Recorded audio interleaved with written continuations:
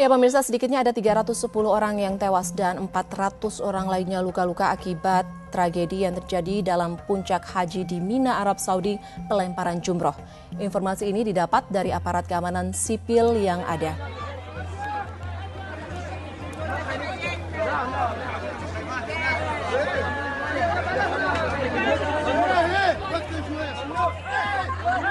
Pemirsa, gambar yang Anda saksikan ini merupakan gambar amatir yang diunggah ke media sosial. Hingga kini petugas sedang diarahkan menuju lokasi untuk melakukan evakuasi para korban yang terinjak-injak dalam tragedi pelemparan jumroh di Mina. Jutaan jemaah haji saat ini berkumpul di kota Mina, sekitar 5 km dari kota Mekah, Arab Saudi.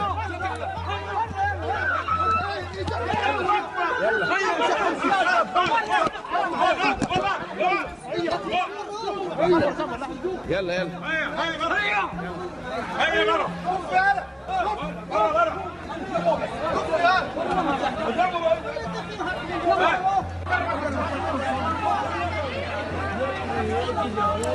Juru bicara Kementerian Dalam Negeri Arab Saudi menyatakan telah terjadi kecelakaan akibat jemaah haji saling berdesakan dalam proses lempar jumroh, di mana para jemaah ini melemparkan batu ke dinding sebagai simbol penolakan terhadap setan yang selalu mengganggu manusia. Tragedi lempar jumroh terjadi sekitar pukul 7 waktu Arab Saudi atau sekitar pukul 11 waktu Indonesia bagian Barat. Para jemaah yang menjadi korban kebanyakan merupakan jemaah yang menganut paham melempar jumroh di tengah hari atau selepas sholat zuhur, yang merupakan waktu yang paling afdol untuk melempar jumroh. Jemaah yang menjadi korban merupakan jemaah yang berangkat dari Musdalifah pada pagi dan tiba di Mina sekitar 4 km sebelum tempat lempar jumroh berlangsung. Untuk jemaah warga Indonesia sendiri sudah diperingatkan sebelumnya untuk melempar jumroh pada sore atau malam hari untuk menghindari terjadinya kepadatan jemaah. Peristiwa berdarah di Mina ini pernah terjadi juga di tahun 1989. Ketika itu jemaah haji banyak yang meninggal dunia di terowongan Mina.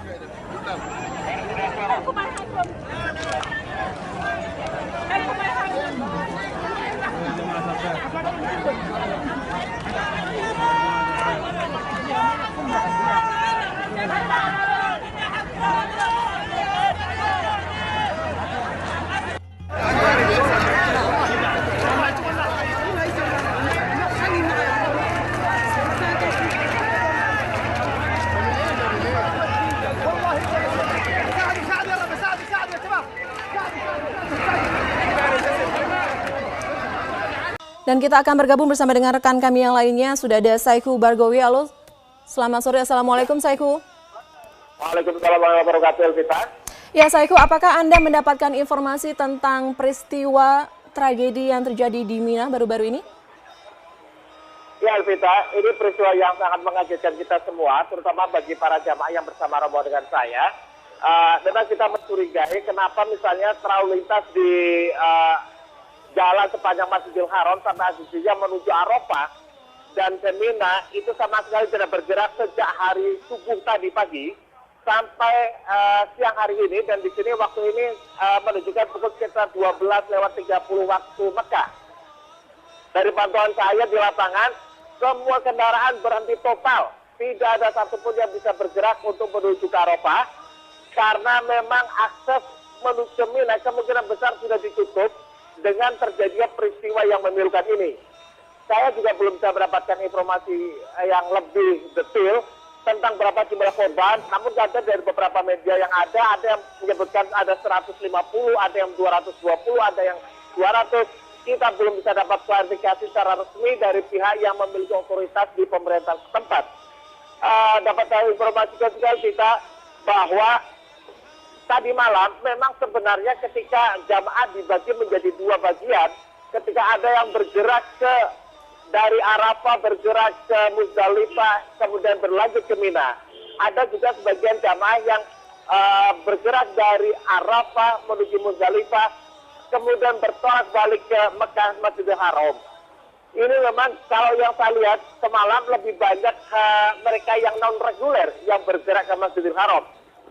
Terbukti dari beberapa bendera-bendera jamaah dengan rombongannya yang melaksanakan tawaf ibadah maupun sa'i itu lebih banyak dari kelompok haji non reguler. Nah, tetapi saya juga belum bisa memastikan apakah kemudian mereka yang dari kelompok reguler inilah yang kemudian bertolak ke Mina untuk melaksanakan lempar jumroh. Peristiwa lempar jumroh ini memang sangat memilukan karena memang di sana ada jutaan manusia yang berada dalam satu tempat dengan desak-desakan. Cara pelemparan jumroh sendiri yang kemudian bisa menghimpun massa begitu besar, sangat mungkin terjadi kericuhan antar sesama jamaah, apalagi mereka bisa berbeda bahasa, kemudian berbeda warna kulit, berbeda karakter dan sebagainya. Ini memang harus menjadi PR tersendiri bagi pemerintahan Arab Saudi ke depan, bagaimana mengatur pelaksanaan jumroh agar tidak terkonsentrasi yang begitu besar dengan karakter yang berbeda-beda dulu. Elvita.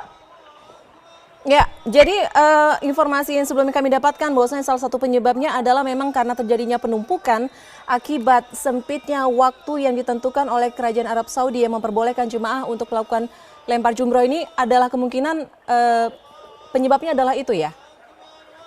Ya, itu bisa jadi salah satu kemungkinan bahwa karena konsentrasi massa yang terutama dari katakan jamaah-jamaah yang lebih bersifat massal, karena mungkin terorganisasi kurang rapi, kita tidak bisa memastikan secara jelas dari katakan dari berbagai negara, dari berbagai negara mana saja. Tetapi mungkin yang bisa saya informasikan Elvita, bahwa sampai saat ini saya belum bisa menerima informasi apakah ada jamaah haji Indonesia yang menjadi korban dalam peristiwa tersebut. Kemudian kalau saya pastikan dulu rombongan yang bersama saya yang katakan berjumlah sekitar hampir 300 orang, alhamdulillah tidak ada yang menjadi korban. Kita berharap semoga peristiwa ini bisa menjadi refleksi dari pemerintah Arab Saudi untuk mengatur bagaimana, karena ini ada sisa 3 hari, ada tanggal 10 Dzulhijjah, ada tanggal 11, ada tanggal 12, dan ada tanggal 13. Masih ada berarti 4 hari terhitung dari sekarang untuk melaksanakan lempar jumroh.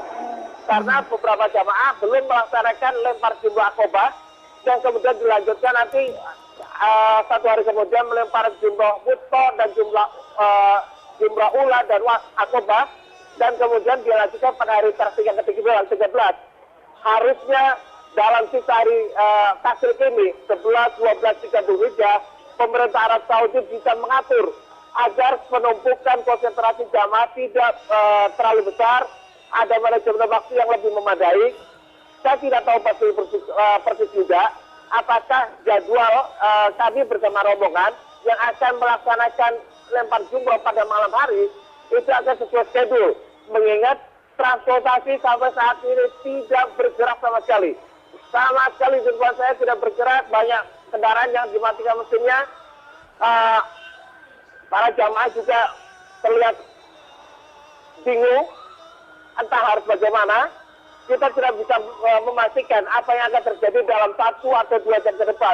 Apakah misalnya pelaksanaan jumroh bisa dibuka dalam waktu dekat, karena bagaimanapun melempar jumroh merupakan wajib dari pelaksanaan ibadah haji. Elvita. Ya, Saiku, Anda sendiri sudah melakukan lempar jumroh atau belum? Saya belum melaksanakan lempar jumroh, karena semalam memang mereka yang biasanya dari non-reguler, itu begitu menyelesaikan acara wukuf sampai selepas sholat isya, kita bergerak ke Muzdalifah, lalu bertolak ke Mekah, Masjidil Haram, untuk melaksanakan tawaf ibadah, sa'i, mencukur, dan tahallul. Nah, jadwal kami untuk melaksanakan lempar jumroh memang pada malam hari ini. Rencana sudah ada panitia yang akan mengkoordinasi untuk kita bergerak sana. Tetapi kita belum mendapatkan informasi apakah jadwal itu akan tetap dilaksanakan, mengingat situasi traffic di sekitar Ajiziyah maupun arah untuk menuju ke Arafah maupun ke Muzdalifah atau apalagi ke Mina sama sekali tidak bergerak. ini menjadi catatan bagi kami juga bahwa bagaimanapun melempar jumroh tetap rukun wajib haji, merupakan kewajiban haji. Maka jamaah juga masih menanti informasi yang valid. Apakah misalnya melempar jumroh bisa dilaksanakan pada hari ini? Elvira. Ya, Saihu, bagaimana dengan tanggapan para jemaah mungkin yang saat ini berada bersama dengan Anda mendengarkan peristiwa yang baru saja terjadi ini?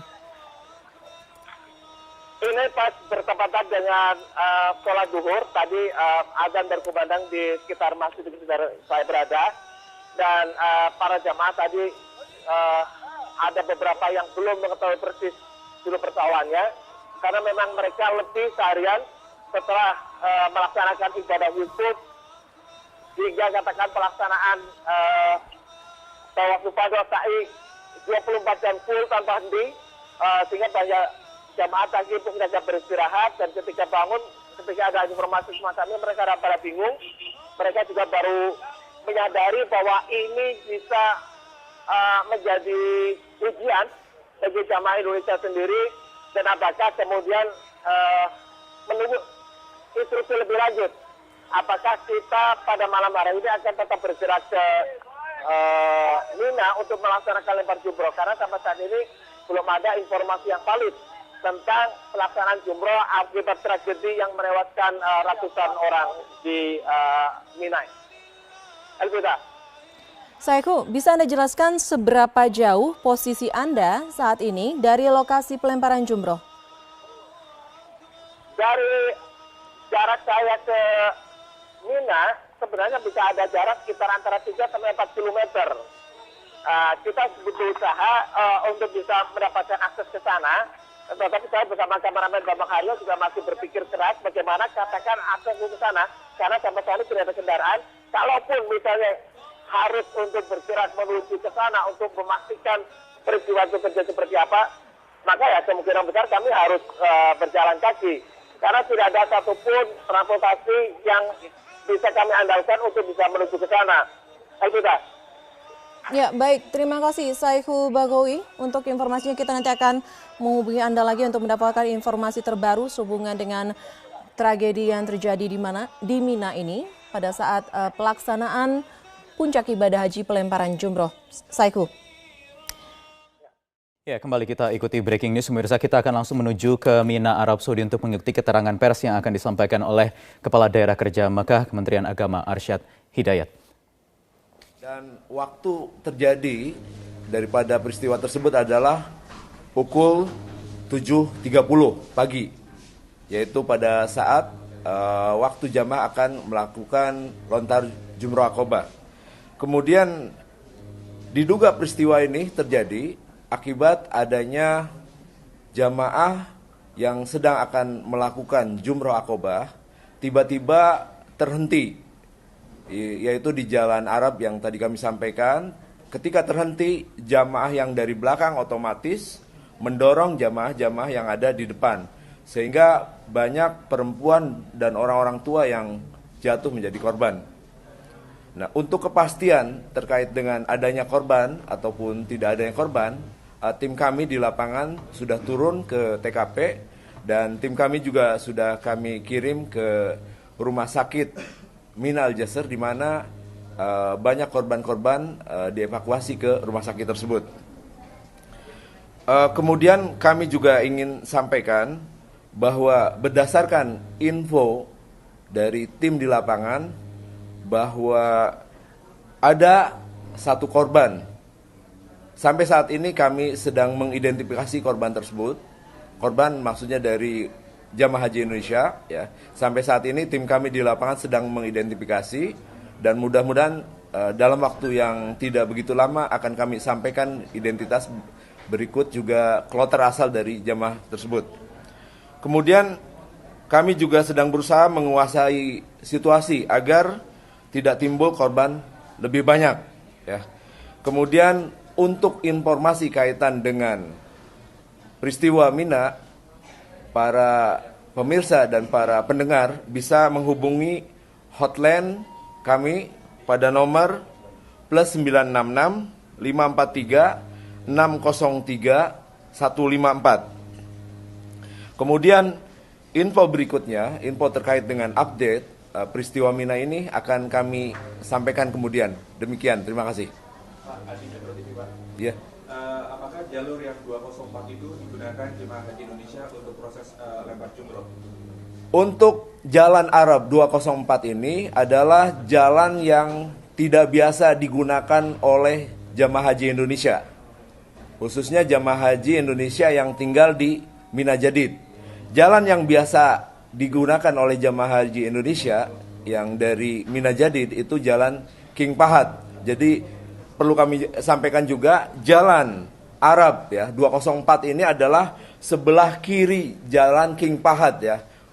Sebelah kiri pertama jalan Arab nomor 206, sebelah kiri kedua itu jalan Arab 204. Jadi bukan jalur yang biasa ditempuh oleh jamaah haji Indonesia. Oke Pak, apakah jam sekarang ini memang waktunya jemaah haji Indonesia dijadwalkan melempar jumroh? Kami beberapa hari yang lalu kami sudah melaksanakan pertemuan dengan seluruh ketua-ketua kloter jamaah haji Indonesia. Kami sampaikan bahwa kami sudah menyepakati dengan pihak Kementerian Haji bahwa hari ini dilarang jamaah haji untuk melontar jumroh mulai pukul 8 sampai pukul 11. Jadi waktu-waktu itu karena waktu-waktu di mana jamaah rame-rame pergi ke Jamarot untuk melaksanakan lontar jumroh. Jadi bisa dipastikan yang korban yang beredar di media lokal sini sebagian kecil bukan merupakan jemaah haji Indonesia, mengingat jadwal dan rutenya bukan yang biasa digunakan oleh jemaah haji Indonesia. Benar demikian adanya. Jadi kami sampaikan juga bahwa jamaah yang kami identifikasi sampai saat ini itu baru 1 orang ya. Dan ini betul tadi disampaikan bukan jalur biasa yang dipergunakan oleh jamaah haji Indonesia, khususnya jamaah yang tinggal di daerah Mina Jadid. Demikian, terima kasih. Pak Ustadz Yusuf TPRI, Pak, untuk jumlah korban jiwa sendiri apakah sudah ada informasi secara menyeluruh seluruh negara maksud saya, dan juga korban luka mungkin ada informasi awal yang sudah diterima oleh Pak? Info yang kami terima sampai saat ini jumlah korban meninggal dunia 220. Kemudian jumlah korban luka-luka 450 jemaah. Dan itu kebanyakan dari jemaah-jemaah dari negara Afrika seperti Mesir dan negara-negara Afrika. Oke Pak, jika sudah diketahui salah satu jemaah haji Indonesia diinformasikan meninggal dalam kejadian itu, bisakah diketahui juga kenapa yang bersangkutan berada di lokasi? Sampai saat ini sedang kami identifikasi dan kami dalami. Ya karena kebetulan ada pihak istri atau keluarga yang mendampingi korban pada saat keberangkatan menuju Jamarat. Pak, apakah sama kita semuanya ada di Mina Jadid atau ada tempat-tempat yang dekat? Di Mina Jadid kita hanya punya sekitar 7 maktab ya. Jadi sebagian besar total maktab yang kita miliki 52 maktab. Jadi 52 dikurangi 7 sekitar 45 ya. 45 maktab seluruhnya tinggal di Harotulisan yang jamaah tersebut tidak pernah atau tidak akan melalui jalur tersebut, tapi akan melalui terowongan Muaisim. Jadi sangat kecil sekali untuk terjadinya korban yang lebih banyak atau lebih banyak lagi ya. Kalau lokasinya jauh, bisa dideskripsikan berapa jauh dari jalan yang biasa digunakan oleh jemaah haji Indonesia melempar jumroh dan jalan 204 yang saat ini merupakan lokasi kejadian? Iya. Jarak dari jalan yang biasa dilalui oleh jamaah haji Indonesia yaitu jalan King Fahad dengan jalan 204 jalan Arab itu sekitar lebih dari 500 meter. Artinya lumayan cukup jauh dan ini tidak biasa dilakukan oleh sebagian besar jamaah haji kita. Pak, bisa diinformasikan kondisi di jalan Indonesia itu dari seberapa krodit atau apakah terjadi desakan-desakan juga para jemaah kita, apa teratur? Jamaah haji kita sebagaimana tadi saya sampaikan, kami sudah informasikan kepada seluruh ketua-ketua kloter untuk tidak melontar jumroh pada jam-jam tersebut. Ya, jadi hari ini ya, mulai pukul 8 itu dilarang jamaah untuk melakukan lontar jumroh sampai pukul 11. Kemudian besok dan tanggal berikutnya tanggal 12 kami informasikan jamaah haji Indonesia untuk tidak melontar jumroh mulai pukul 13 atau pukul 1 siang sampai pukul 4 sore. Pak, tadi Bapak menyebutkan kalau pihak Indonesia saat ini sedang menguasai keadaan agar tidak terjadi implikasi yang lebih lanjut. Bisa lebih jelasnya Pak, koordinasi dengan teman-teman petugas haji di Mina sendiri, bagaimana kemudian jalur informasi agar keluarga jamaah di Indonesia bisa benar-benar mengupdate informasi terkait dengan kejadian pagi tadi di Mina, Pak? Ya, kami terus berkoordinasi ya, tidak saja dengan para petugas yang ada di bawah naungan PPIH, kami juga berkoordinasi dengan Dipa Madani. Dipa Madani ini Badan Penanggulangan Bencana Arab Saudi, sehingga kami akan mendapatkan info yang lebih update kalau saja seandainya ada wilayah-wilayah mungkin yang tidak bisa kami raih. Demikian ya, terima kasih. Saya kira cukup ya. Iya. Ya, saya kembali ingin menyapa Menteri Luar Negeri Retno Marsudi dari sambungan telepon. Selamat sore, Bu Retno. Selamat sore. Ya, Bu Retno, apa informasi yang bisa kami peroleh hingga saat ini? Terima kasih. Saat ini saya berada di New York untuk menghadiri sidang penuh PBB. Tetapi begitu mendengar ada berita kecelakaan, saya langsung berkomunikasi dengan Amirul Haq, Pak Menteri Agama, dan dengan Kuai Riyad dan juga konjen kita di Jeddah. Jadi dari informasi yang kita peroleh bahwa teman-teman di lapangan sedang berusaha bergerak di lokasi dan juga ke rumah sakit untuk mendapatkan informasi apakah ada warga negara Indonesia yang menjadi korban. Sejauh ini dari pengecekan di lapangan diidentifikasi ada 1 orang jemaah WNI yang menjadi korban musibah. Tentunya informasi ini akan terus kita konfirmasikan di lapangan. Ya, Bu Retno, kemudian apalagi informasi yang bisa kami peroleh, terutama ini banyak keluarga di tanah air yang mengkhawatirkan, meski tadi juga sudah dikatakan ini bukan jalur yang digunakan biasanya bagi jemaah haji asal Indonesia. Tapi bagaimana bisa pemerintah mengakomodir? Ini memang bukan jalur yang biasa dilakukan oleh jemaah haji Indonesia. Sebagai berita yang disampaikan bahwa ini adalah jalur yang biasa diambil oleh jemaah dari Mesir dan Afrika. Nah, Kementerian Luar Negeri akan segera membuka hotline, dan juga saya minta untuk teman-teman di Jeddah untuk membuka hotline. Tentunya Amirul Haq sebagai penanggung jawab juga akan dari waktu ke waktu akan mengupdate situasi di lapangan. Jadi warga negara Indonesia yang keluarga berada di Tanah Suci bisa menghubungi hotline yang tadi juga sudah disiapkan oleh pemerintah, begitu ya? Ya, silakan. Ya, selain itu apalagi yang bisa dilakukan oleh keluarga di tanah air, Ibu? Mungkin yang berada di daerah di luar Jakarta, terutama di daerah-daerah pelosok mungkin, di daerah-daerah yang jauh dari kota. Karena kita sekarang kejadian baru saja terjadi dan kita sedang melakukan proses identifikasi dan sebagainya, mencari informasi, maka hal yang paling baik adalah apabila ada pertanyaan, silakan untuk menghubungi hotline. Ya, setiap kali ada perkembangan di lapangan, tentunya kita akan update kepada keluarga dan kepada masyarakat. Ya, baik. Menteri Luar Negeri Retno Marsudi, kami akan nantikan terus Ibu perkembangan dari Arab Saudi. Anda juga berada di New York, kami akan pantau terus perkembangan karena ini juga masih dikoordinasikan, mengingat pemerintah Arab Saudi juga belum merilis angka pasti terkait tragedi yang terjadi pada pagi tadi waktu Arab Saudi. Terima kasih Menteri Luar Negeri Retno Marsudi bergabung dari New York langsung melalui sambungan telepon.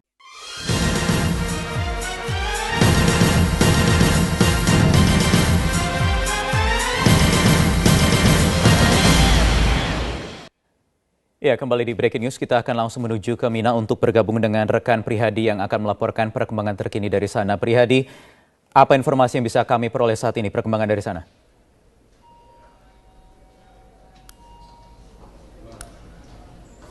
Ya Wahyu, pukul 7.30 waktu Arab Saudi berdasarkan informasi dari press conference yang berlangsung beberapa menit yang lalu di daerah kerja Mekah, telah terjadi peristiwa Mina di mana 200 lebih jemaah haji dunia meninggal dunia pada saat berada di Jalan 204 atau 1 sampai 1,5 kilometer dari lokasi pelemparan jumroh.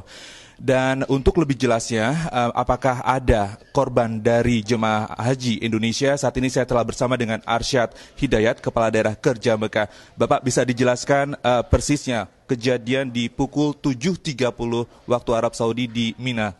Ya. Hari ini setelah jamaah melakukan mabit di Muzdalifah, jamaah berangsur-angsur pertengahan malam itu menuju Mina ya. Jamaah-jamaah kita ada yang tinggal di daerah Mina Jadid, ya Mina Jadid yaitu daerah Mina yang lumayan cukup jauh, jarak sekitar 5 kiloan ya. Kemudian tadi pagi kami mendapatkan informasi bahwa ada peristiwa yaitu adanya jamaah-jamaah yang meninggal dunia akibat ada jamaah yang sedang berjalan tiba-tiba terhenti. Kemudian dari belakang mendorong jamaah-jamaah yang ada di depan sehingga banyak orang-orang yang sudah lanjut usia, perempuan-perempuan yang jatuh menjadi korban. Bahkan informasi yang kami dapat terakhir ada jatuh korban sampai mencapai angka 220 jemaah yang meninggal dunia, kemudian 450 yang korban luka-luka ya. Sampai saat ini jamaah yang wafat berdasarkan tim di lapangan itu sampai saat ini mudah-mudahan tidak bertambah ya, hanya 1 orang. Dari lokasi kejadian di 204, apakah itu merupakan jalan yang biasa digunakan jemaah haji Indonesia untuk melempar jumroh? Jalan Arab 204 bukan merupakan jalur biasa yang biasa ditempuh oleh jamaah haji Indonesia, khususnya jamaah haji Indonesia yang tinggal di daerah Mina Jadid. Jadi bukan jalan yang biasa ditempuh oleh jamaah haji Indonesia. Oke. Lalu kalau kita bisa untuk pandangan dan deskriptifnya sendiri, itu berapa jarak antara Jalan Arab 204 dengan jarak jalan yang biasa digunakan oleh jemaah haji Indonesia? Jalan Arab 204 itu adalah sebelah kiri ya, Jalan King atau Jalan Raja Fahad, King Fahad, itu sekitar jarak 500 atau lebih dari 500 meter dari jalan King Fahad ya. Jadi kalau saya dapat deskripsikan, jadi jalan King Fahad, kemudian ada sebelah kirinya itu jalan 206, Arab 206, kemudian ada setelah itu jalan Arab 204. Jadi bisa dikonfirmasi kalau memang kejadian pada 7.30 waktu Arab Saudi itu tidak berada di lokasi lemparan jumroh dan juga tidak berada di terowongan Mina, Pak ya? Betul. Betul adanya. Mengenai 1 korban jiwa yang diidentifikasi merupakan jemaah haji Indonesia, kenapa berada di situ? Apakah memang jam itu adalah jadwal pelemparan jumroh bagi jemaah haji Indonesia? Ya. Jam itu adalah bukan jam di mana jemaah haji Indonesia melakukan lontar jumroh. Kami sudah sampaikan berkali-kali bahwa tanggal 10 ini kami larang untuk melontar jumroh jamaah haji Indonesia itu mulai pukul 8 sampai dengan pukul 11 atau pukul 12 siang ya. Kemudian untuk besok ya kami sampaikan juga larangan jamaah haji untuk melontar jumroh mulai pukul 1 siang sampai dengan pukul 4 sore ya. Sama dengan tanggal 12-nya demikian juga ya. Nah, kalaupun ada jamaah haji yang melewati jalur tersebut ya, ada kemungkinan jamaah tersebut ingin mengambil jalur lain dibandingkan di luar jalur-jalur yang biasa mereka tempuh. Terakhir Pak, sudah bisa dipastikan identifikasi korban tersebut, dan kalaupun belum, kapan batas waktu yang diberikan oleh daerah kerja Mekah terhadap rumah sakit di Mina sendiri untuk mengidentifikasi korban dari Indonesia? Kami akan secepatnya ketika kami dapatkan informasi lengkap terkait dengan jenazah, akan kami sampaikan melalui press release ataupun update informasi. Terima kasih Pak Arsyad Hidayat, Kepala Daerah Kerja Mekah yang baru saja memberikan informasi terkait dengan peristiwa Mina di mana terjadi dorong-dorongan antara jemaah haji Indonesia dengan jemaah haji di dunia pada saat akan melempar jumroh. Namun tadi bisa dipastikan hanya saat ini hanya ada 1 jemaah haji asal Indonesia yang menjadi korban dari peristiwa Mina tersebut. Dan daerah kerja Mekah sendiri pasti akan selalu mengupdate peristiwa-peristiwa ini, dan untuk mengetahui kondisi terkini, pihak keluarga Jakarta bisa menghubungi call center di 9+966 543 603 154. Daerah kerja Mekah juga berkoordinasi dengan Dipa Madani, yaitu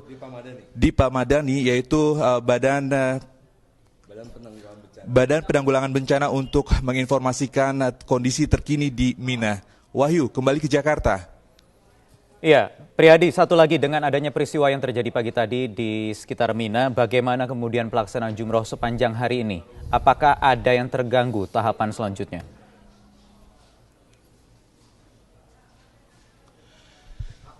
Kalau berdasarkan informasi dari Pak Arsyad Hidayat, pelemparan jumroh untuk hari ini memang belum dijadwalkan untuk jemaah haji Indonesia, Wahyu.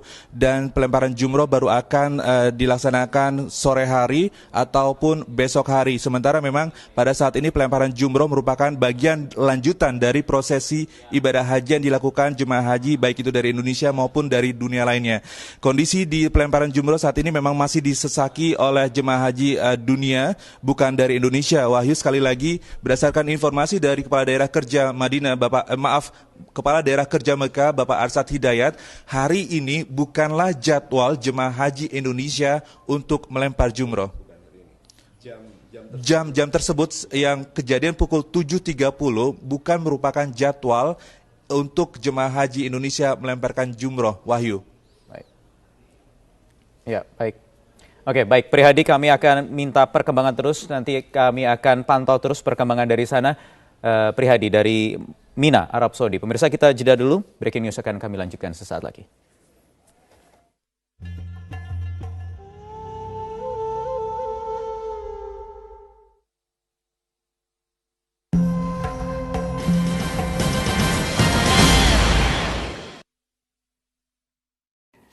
Ya, pemirsa, sedikitnya 220 orang meninggal dunia akibat terinjak-injak saat akan melakukan lempar jumroh di Mina, Arab Saudi.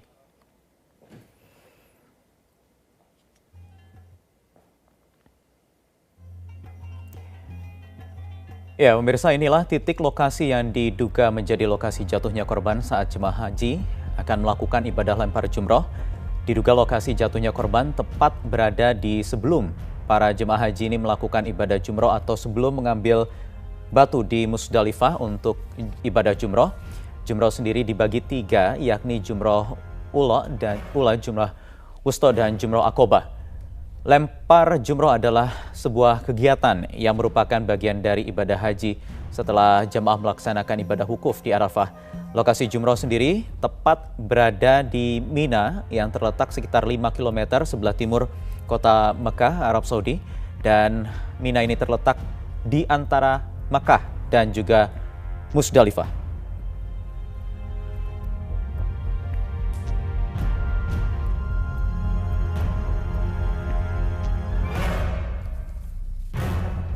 Ya, jadi sekali lagi pemirsa, berdasarkan tadi keterangan pers yang disampaikan oleh Kepala Daerah Kerja Mekah Arsyad Hidayat, lokasi tempat peristiwa yang terjadi pada pukul 7:30 pagi waktu Arab Saudi tadi berada di Jalan Arab 204. Ini merupakan satu di antara 2 jalur yang dipergunakan para jemaah haji untuk menuju ke lokasi lempar jumroh.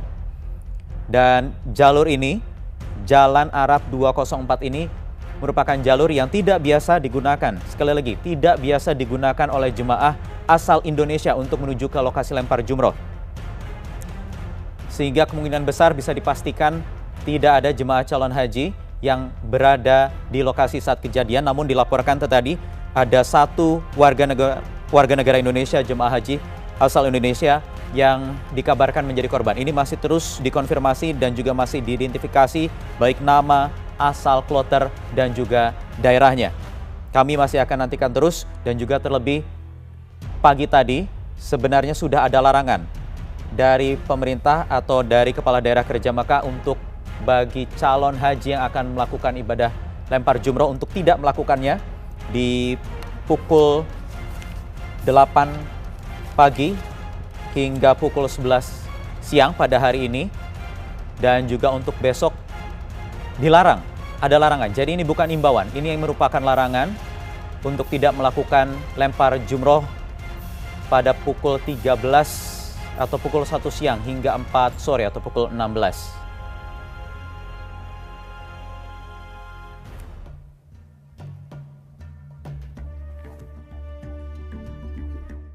Kami sudah tersambung dengan Ketua DPR RI Setia Novanto yang juga tengah melaksanakan ibadah haji di Arab Saudi. Pak Setia. Ya, selamat sore Mas. Sore Pak Setia Novanto, Anda di mana posisi tadi pagi saat kejadian berlangsung Bapak? Ya, pertama-tama inna ilahi wa inna ilaihi raji'un. Saya atas nama Ketua DPR Indonesia berduka dan berbelasungkawa atas tragedi di Wina yang telah terjadi banyak korban ratusan, dan saya kebetulan ada di Wina telah melakukan jumroh pada jam malam jam 1 dan diteruskan tawa dan juga sa'i, dan dalam rangkaian ibadah haji ternyata pada saat pagi saya mendengar ada beberapa ratusan daripada jemaah haji yang meninggal dan menderita luka-luka dalam insiden Mina di Mekah yang terinjak di tempat jumroh, dan ini berdekatan juga dengan tempat-tempat daripada Maktab Indonesia. Saat ini saya berada di Wina. Semoga tidak ada jemaah haji asal Indonesia, dan tentu saya sangat mengapresiasi kepada pemerintah Saudi Arabia dan juga petugas KJRI dan Duta Besar Indonesia serta petugas Kementerian Agama, dan di sana Pak Fahri selaku Ketua Pengawasan dari ibadah haji terus mengadakan kontak dengan kami dan Pak Fadlijon dan Pak Zazuli selaku Ketua Fraksi PKS. Semoga masalah kita doakan semoga husnul khotimah dan mereka adalah mati syahid dan sakidah, di mana keluarga yang ditinggalkan diberi ketabahan. Bagi yang menjalankan istirahat semoga diberi kesembuhan. Ya, ini ada beberapa yang terluka, kita harapkan kesembuhannya dan kembali kepada keluarganya dan selamat. Dan kita doakan semoga tidak ada daripada ibadah haji dari Indonesia. Ya, oke. Pak Nov, untuk suasana saat ini di Mina sendiri bagaimana? Untuk khususnya para jamaah haji asal Indonesia? Ya, memang kita sudah terus memberikan pengertian untuk hati-hati, dan mereka hampir semuanya tidak diizinkan untuk mengadakan keluar karena situasi di dalam Wina ini betul-betul berjejal-jejal.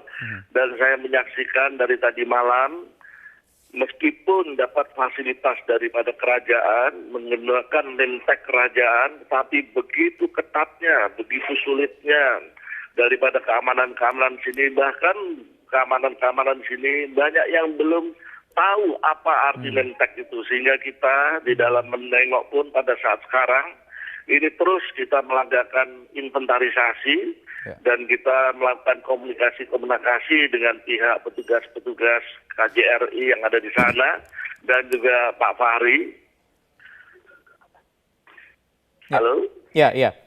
Ya, Pak Nov, dari pantauan Anda juga karena ini perwakilan representasi dari DPR yang juga mengawasi pelaksanaan ibadah haji pada tahun 2015 ini, bagaimana secara keseluruhan pendampingan yang diberikan kepada jemaah asal Indonesia sendiri, terutama jika terjadi ada peristiwa-peristiwa seperti sekarang ini?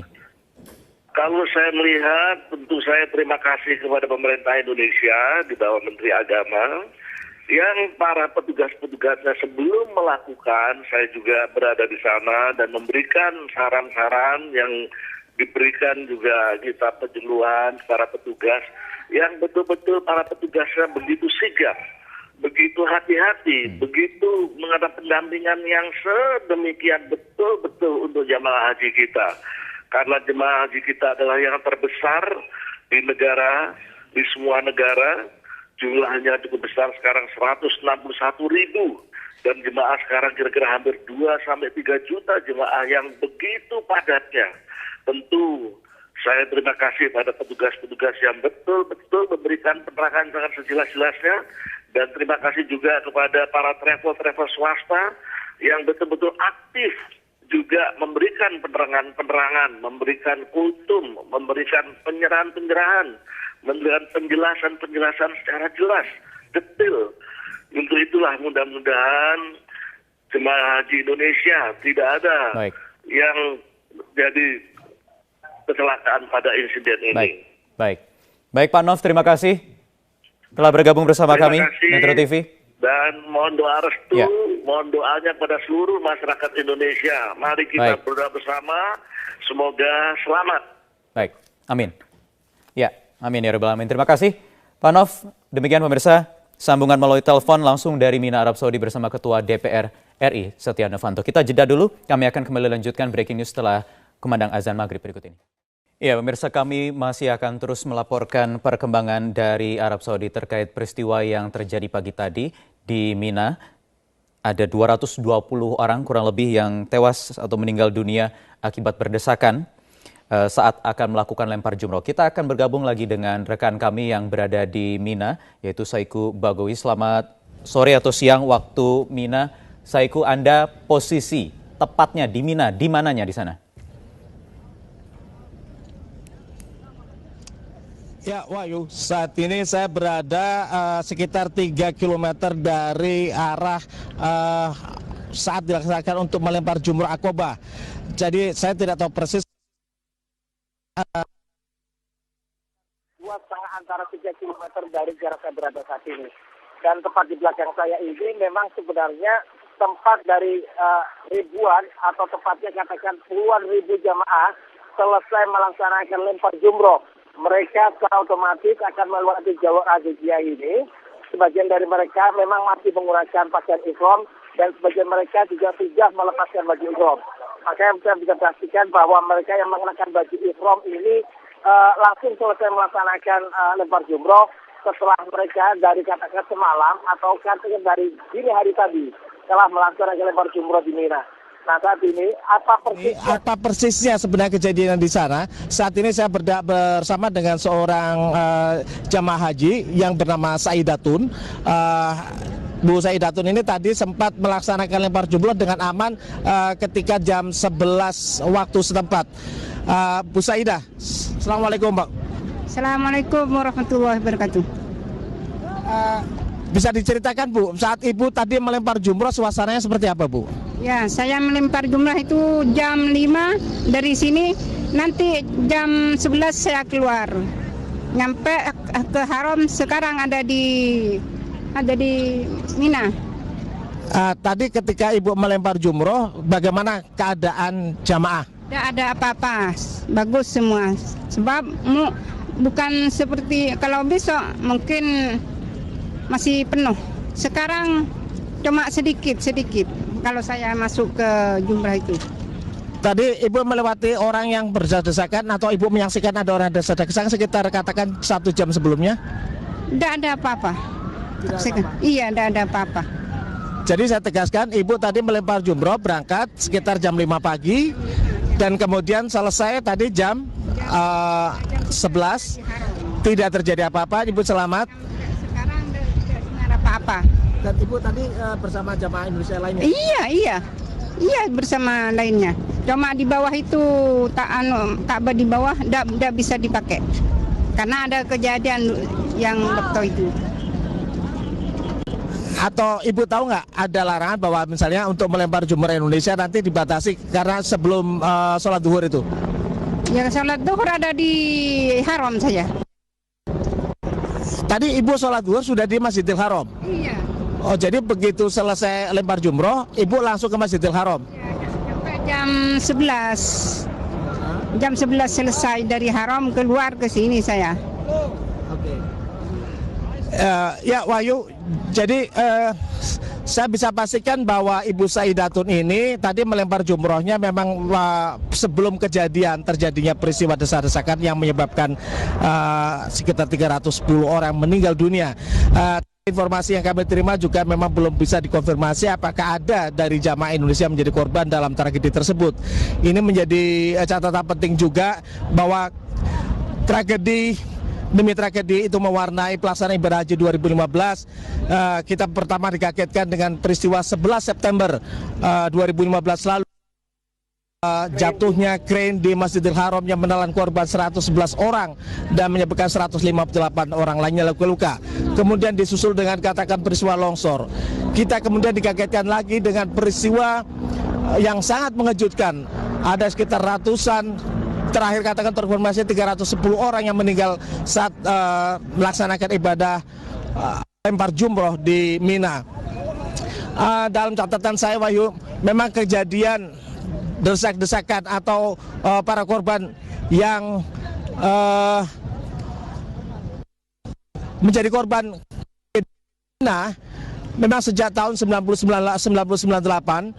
Kemudian saya mencatat saya data tahun 2004-2006 ini memang menjadi kisah yang memilukan Wahyu, dan kita berharap bahwa pemerintah Indonesia dan pemerintah Arab Saudi ke depannya bisa memanajemen perpindahan dengan jutaan manusia yang begitu besar, bagaimana manajemen perpindahan orang yang bisa lebih rapi, bagaimana kemudian saat melempar jumroh, bagaimana saat melakukan tawaf, bagaimana saat melaksanakan transportasi dari Armina, dari katakan Arafah kemudian menuju Mina, itu bisa berlangsung dengan aman. Wahyu.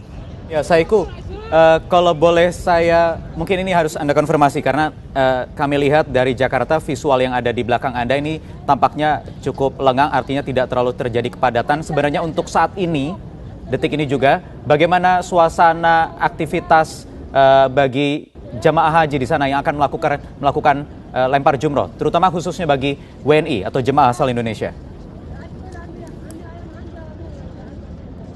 Ya, memang Wahyu tadi karena pengambilan gambar ini saya mencoba mencari tempat yang agak terang untuk agak bisa mendapatkan sinar matahari. Tetapi di depan saya persis itu memang banyak ribuan umat Islam yang baru selesai melaksanakan jumroh, dan kemudian ada kemacetan yang luar biasa. Bahkan bisa dibilang stuck sama sekali, tidak ada pergerakan dari lalu lintas yang ada. Kita tidak tahu sampai kapan. Yang saya tahu saya bahwa ketika saya selesai melaksanakan tawaf ibadah di Masjidil Haram, kemudian bersama rombongan bergerak ke Azizia yang berjarak sekitar 6 km, itu kepadatan lalu lintas sudah sangat luar biasa. Jarak yang 6 km biasanya ditempuh dengan durasi katakan setengah jam, tadi saya menempuh dalam durasi sekitar 3,5 hingga 4 jam lebih.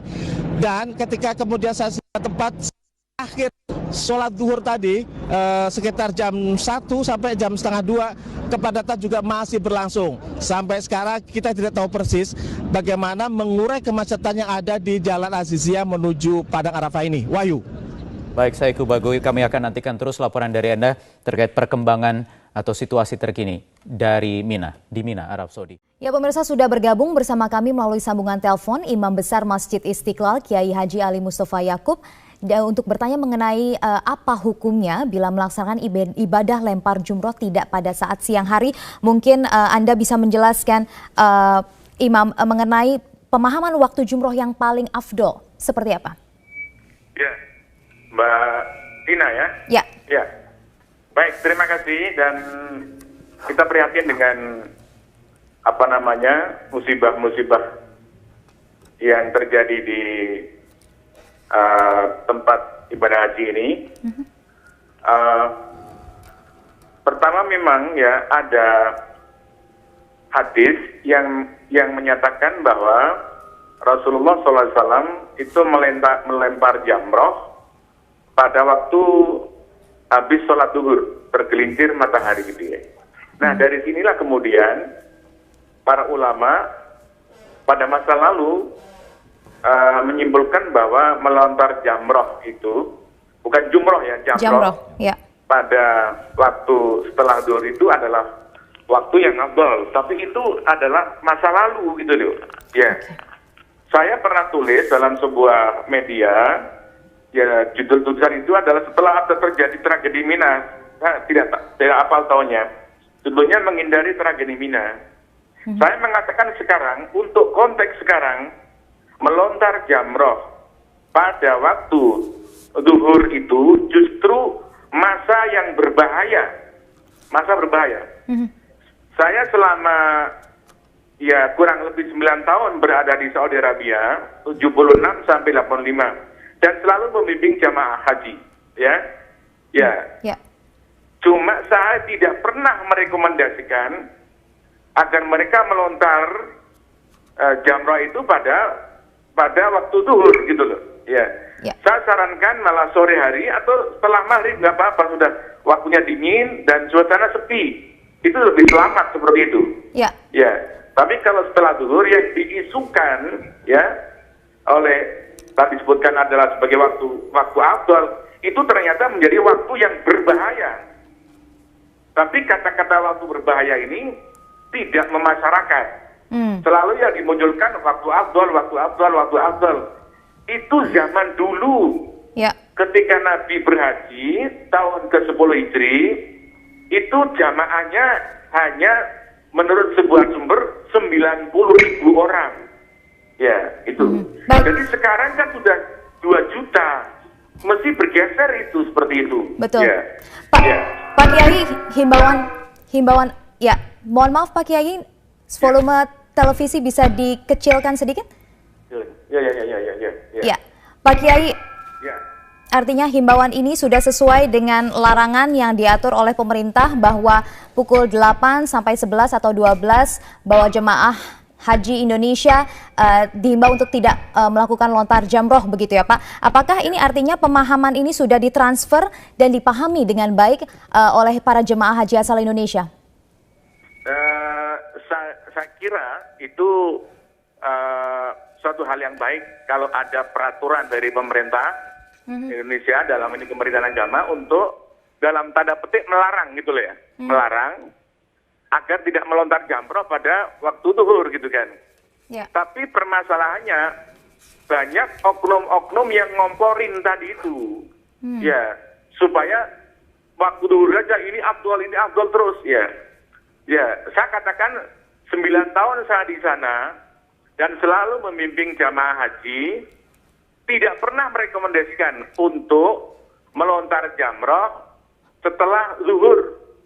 Mesti ya saya anjurkan ya paling cepat setelah asar atau setelah maghrib, bahkan setelah isya begitu. Ya, itu waktu-waktu yang selamat begitu. Sekarang kita mau mencari yang afdol, tapi akhirnya malah mampus gitu loh. Kira-kira bagaimana? Ya. Justru berbahaya ya Pak ya? Ya berbahaya sekali ya. Maka ini banyak saya lihat begini Mbak ya. Banyak saya lihat jemaah haji itu lebih ya mengikuti nafsu daripada mengikuti tuntunan Rasulullah begitu. Rasulullah kan mengajarkan jangan sampai kamu membahayakan diri kamu. Bahwa Rasulullah itu melontar pada waktu zuhur, itu situasi Rasulullah dulu sangat longgar gitu loh. Gitu loh. Baik. Kita harus lihat situasi sekarang. Rasulullah mengatakan la dororo wa la diroro. Jangan memberikan bahaya pada diri sendiri dan jangan membalas bahaya kepada orang lain. Jadi kalau tahu ini bahaya dilakukan, itu berlawanan dengan tuntunan Rasulullah SAW. Tapi nafsu kadang-kadang menginginkan supaya mencari yang disebut-sebut afdol gitu loh. Gitu. Oke, Pak Kiai, jika Anda melihat atau mengevaluasi dari tahun ke tahun begitu, sudah ada himbauan, seperti tahun ini misalnya, sudah ada himbauan dari pemerintah, tapi adakah kedisiplinan dari jemaah haji asal Indonesia untuk tetap berada di rombongan, kemudian dengan sesuai dengan aturan yang ada, atau banyak juga yang masih dalam tanda kutip membandel begitu? Ya, secara umum saya lihat banyak yang disiplin, tapi juga ada yang Anda sebut tadi membandel gitu kan.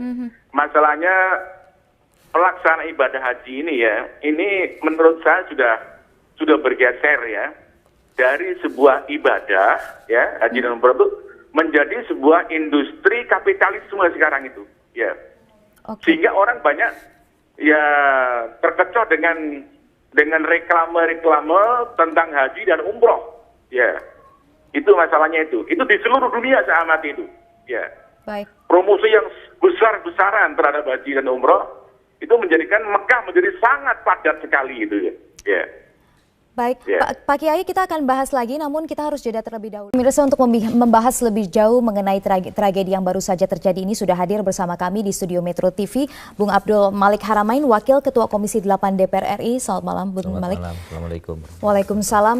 Kita baru saja mendengar tragedi yang terjadi di Mina. Apa informasi terbaru juga yang sudah didapat dari teman-teman di DPR? Ya, pertama saya ingin menyampaikan innalillahi wa inna ilaihi raji'un. Mudah-mudahan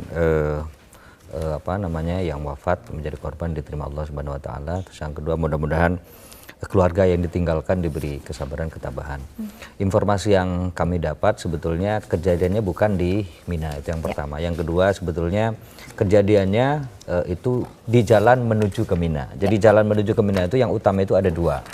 Pertama jalan tadi jalan 204 itu. Yang kedua adalah King Fahd.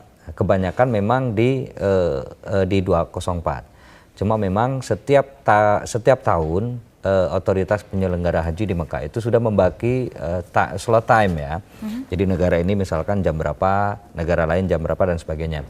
Cuma kadang-kadang banyak jamaah yang tidak sepenuhnya mematuhi slot time itu. Kadang-kadang ada yang ikut-ikutan, kadang-kadang juga untuk mengejar waktu afdol. Jadi waktu afdol lempar jumlah itu kan kira-kira pagi. Ya jam 7 itu, jam 6, jam 7 sampai jam 11, saya kira itu waktu afdol. Kadang-kadang orang seringkali kemudian melupakan faktor keselamatan, faktor keamanan, sehingga kemudian mengejar waktu itu. Nah seringkali yang terjadi begitu. Jadi menurut saya sebetulnya lebih banyak faktor disiplin ya. Pemerintah Arab Saudi sebetulnya sudah melakukan banyak perubahan luar biasa ya. Melakukan banyak perbaikan luar biasa, tetapi kalau kemudian perbaikan itu tidak dibarengi dengan disiplin masing-masing jamaah, saya kira juga agak sulit untuk mengantisipasi korban. Ya, kalau dari Indonesia sendiri tapi sudah jelas larangannya pukul 8 sampai 11 atau 12. Ya, biasanya jamaah Indonesia itu sore, biasanya sore. Dulu saya waktu naik di tahun 2012 itu sore ya. Sore kita King Fahd itu biasanya jalurnya. Ada juga teman-teman yang habis di Mina tidak mampir kemudian mereka balik ke Mekah. Dari Mekah itu kan ada jalur khusus juga ke arah Mina kan. Jaraknya 5-6 km. Jadi sebetulnya bisa ditempuh dengan jalan. Cuma memang jalan menuju meskipun ada dua jalur dari King Fahd maupun dari 204 itu tetap saja nanti ketemunya jadi satu. Ya, ketemunya jadi satu. Dan sebetulnya kalau kita ngomong tentang lokasi lempar jumroh itu sebetulnya kan ada 3 titik itu kan. Masing-masing titik itu kalau tidak salah lantai 3 atau lantai 4 gitu. Dan orang bisa melempar jumroh itu secara berbarengan dari posisi yang berbeda dan dari lantai yang berbeda. Nah, tetapi seringkali kemudian namanya juga jamaah sekitar 2 juta lebih ya. Ngaturnya saya kira juga sangat rumit. Dan memang dari dulu yang menjadi kritik kita kepada pemerintah itu adalah pengamanan ya. Pengamanan. Misalkan tadi betul kadang-kadang di jalan itu orang keleleran ya. Kadang istirahat berhenti seenaknya, bis itu berhenti seenaknya, kadang begitu dan itu membuat semakin sesak ya. Padahal jalan menuju lokasi itu sudah kalau tidak salah tidak hanya satu lantai ya. Bisa dari 2 lantai kalau tidak salah ya. Dan itu jalannya sebetulnya kalau normal lebar sekali. Tapi sekali lagi memang karena 2 juta lebih orang ya. Tetapi sebetulnya kalau orang-orang konsisten, nurut, slot time dan sebagainya mungkin nggak akan seperti ini. Kalau dari informasi yang kita dengar, satu warga negara Indonesia dan ini belum bisa terkonfirmasi identitasnya, Anda melihat ini ada anomali, artinya jika kemudian di jam sekian sebenarnya warga negara Indonesia dihimbau, jemaah Indonesia dihimbau untuk tidak melakukan lempar jumroh pada pukul sekian. Ya sebetulnya kan kalau korbannya kemudian lebih banyak adalah jamaah Mesir dan Afrika, berarti slot time itu memang jam 8, jam 11 itu mungkin diberikan kepada warga negara Mesir atau Afrika itu, atau negara-negara yang sekitar situ.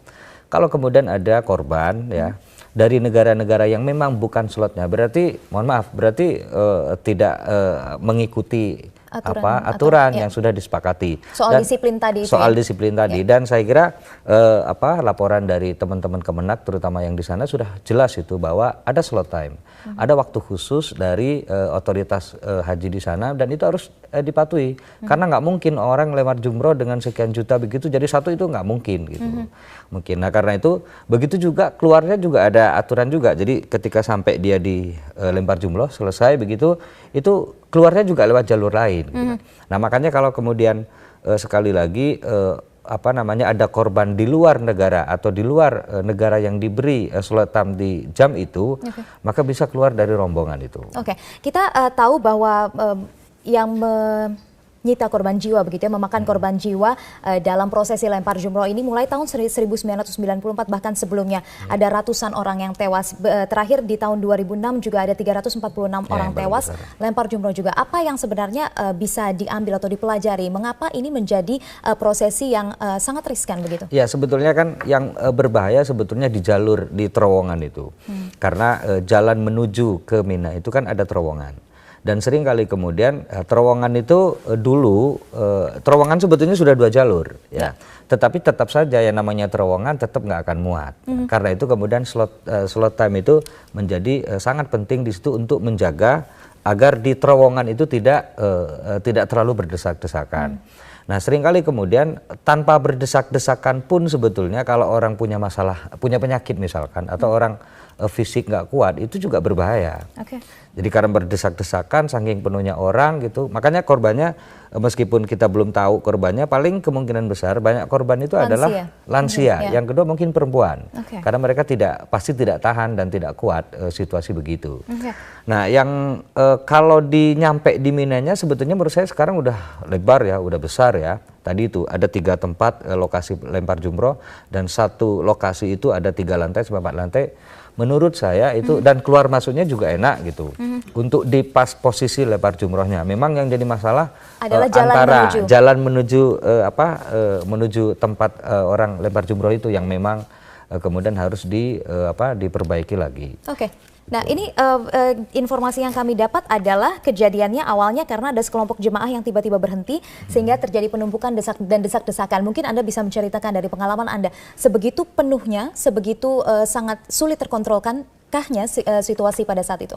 Nah, saya nggak ngerti informasinya begitu. Jadi ada sekelompok orang yang jumlah besar berhenti, tiba-tiba kemudian yang belakang itu tadi karena mereka pingin afdol untuk melempar jumroh, jadi mereka terus menekan, mereka terus minta agar tetap jalan begitu. Nah, di situ yang jadi pertanyaan kita itu gimana cara ngatur orang rombongan itu? Kalau kemudian mereka berhenti, sebetulnya berhenti kenapa gitu kan? Nah, saya nggak ngerti seperti apa pengamanannya di sana, lalu lintas orang mengatur itu seperti apa. Tetapi kalau kemudian orang dalam jumlah besar berhenti, sementara orang di belakangnya juga pingin cepet-cepet melakukan lempar jumroh, itu juga jadi masalah begitu. Ya, dari pengalaman Anda, pengamanan sangat minim, cukup atau? Kalau di jalan raya memang sangat minim. Hampir kita tidak menemukan polisi atau seperti pengatur lalu lintas, memang sangat minim. Jadi seolah-olah kemudian orang jalan menuju ke Mina itu sepertinya seenaknya begitu. Artinya bisa jalan, bisa berhenti, dan kredit, udah pasti kredit ya. Makanya itu pun sudah dibagi slot time ya, oleh otoritas penyelenggara haji di sana. Jadi sekali lagi memang butuh ekstra kekuatan tertentu untuk pemerintah Arab Saudi untuk mengatur sekian juta orang untuk berjalan di situ. Ya, dan itu jadi jalan menuju ke lokasi itu udah kreditnya luar biasa. Gitu. Ya. Dan ini juga harus dibarengi sebenarnya dengan disiplin dari jemaah haji. Kalau kita mengevaluasi dari tahun ke tahun jemaah haji Indonesia dengan pengamanan atau pengaturan yang begitu ketat, Anda melihat disiplinnya seperti apa? Apakah harus ada yang perlu ditingkatkan atau seperti apa? Saya kira jamaah haji Indonesia relatif bisa dikelola ya, bisa diatur. Sangat kooperatif ya. Karena meskipun mereka cari jam afdol, bukan hanya lempar jumroh, saya kira ada juga ritual-ritual lainnya atau prosesi haji itu yang memang ada waktu-waktu tertentu yang dianggap oleh jamaah itu afdol. Nah, kita selalu memberikan pengertian. Jadi sekali lagi keselamatan itu menjadi hal yang paling utama. Waktu itu saya haji tahun 2012 itu selalu kita ingetin kepada jamaah, selalu kita evaluasi, pokoknya jangan kemudian pernah keluar dari instruksi atau dari aturan yang sudah ditetapkan oleh rombongan masing-masing. Itu penting sekali. Kenapa? Karena kadang-kadang sekali keluar hilang gitu. Orang sekali keluar dari rombongan itu hilang. Nah makanya kita pakai simbol, kita pakai kadang pakai tali rafia begitu kan untuk agar jamaah itu tetap satu dengan rombongan itu. Jadi memang luar biasa kompleknya, luar biasa ruwetnya mengatur sekian juta jamaah itu.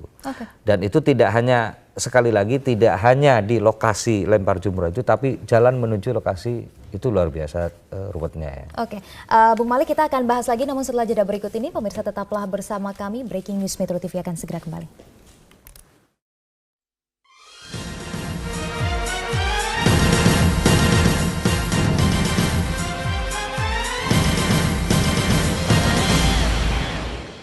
Pemirsa, kembali di Breaking News Metro TV dan kita masih terhubung melalui saluran telepon bersama dengan Imam Besar Masjid Istiqlal Kiai Haji Ali Mustafa Yakub. Pak Kiai, tadi Anda sempat sebut bahwa ada yang mengikuti nafsu begitu Anda sebut, dan juga ada beberapa pihak yang mengompori untuk lempar jamroh pada saat yang disebut afdol begitu.